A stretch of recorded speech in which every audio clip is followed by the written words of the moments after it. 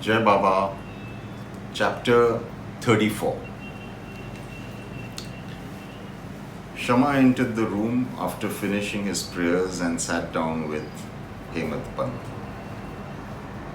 So, tell me what brings you here to my humble abode, he asked of Hemat Pant. Baba has sent me to you. He has asked for dakshana of 15 rupees from you. What exactly did Deva tell you?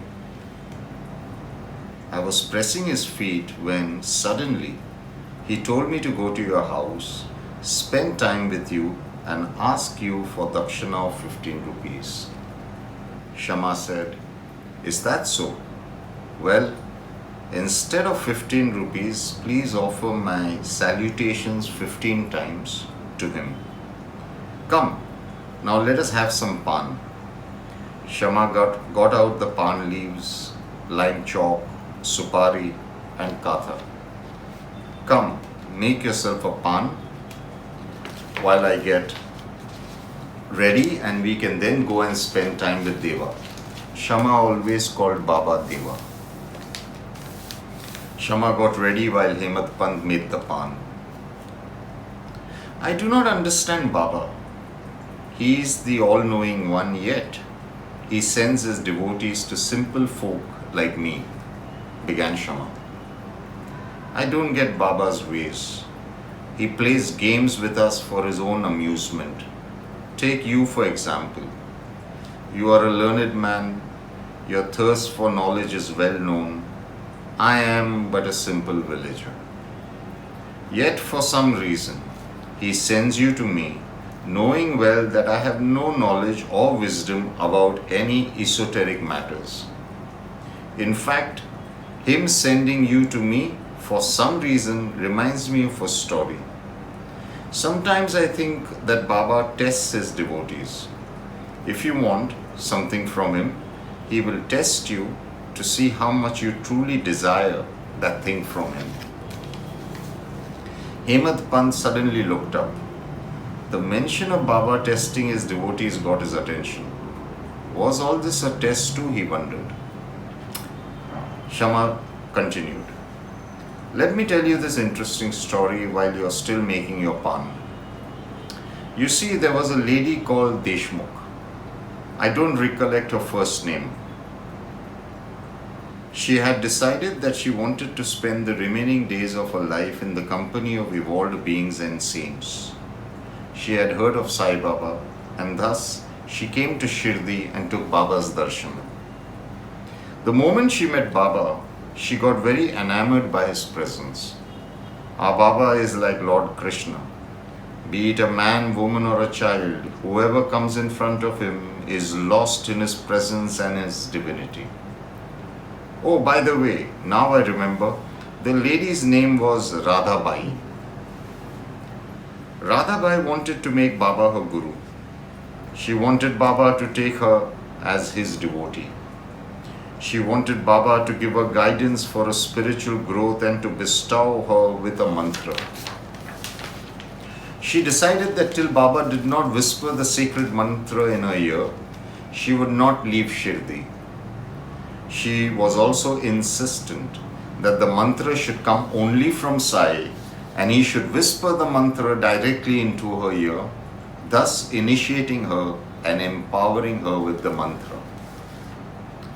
After a while, she suddenly decided that henceforth she would not eat food or drink water till Baba initiated her with a mantra. This continued for 3 days. Hemat Pant, you must understand that she was an elderly lady. By the third evening, she was tired, exhausted, and disheartened. Her logic was simple. What was the sense of her coming to Shirdi, meeting a saint, and not being blessed with a mantra? I got worried.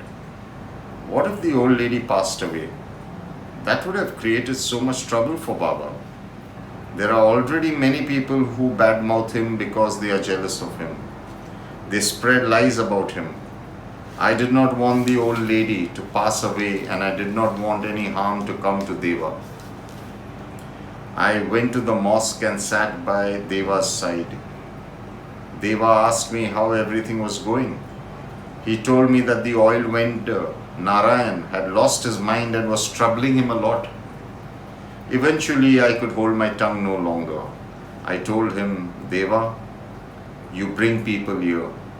You create love for yourself in their hearts. You put desires for spiritual growth in their minds. Then you sit here and pretend not to know anything that's going on. Baba looked at me as though I had gone mad. He said to me, Speak your mind clearly, Shamya. Talking in riddles doesn't suit you. So I told Baba about Radhabai, who was phenomenally obstinate and who wanted nothing more than Baba to whisper a mantra in her ears, and until he did, she wouldn't eat a morsel of food or drink a drop of water. Deva, she is truly old, I told him. Her body is like dried twigs. If she dies, everybody will say that she died because of you and because you had no empathy for her. Please, Deva, I don't want people to talk badly about you.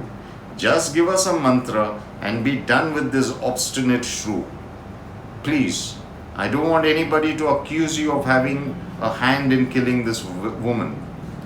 The woman has already said that she would rather die than break her vow. Shama, what did Baba do then? Asked Hemant Pant. You know Baba. He muttered something under his breath, called me names, and eventually agreed to see Radhabai. I brought her to meet Baba. She prostrated herself at his feet, and Baba looked at her tenderly. He told her, Mother, why are you hell-bent on killing yourself with this fast? You know, Baba, if a woman is elderly, he will address her as I or mine. He will call an elderly gentleman as Kaka, Bapu or Bhai.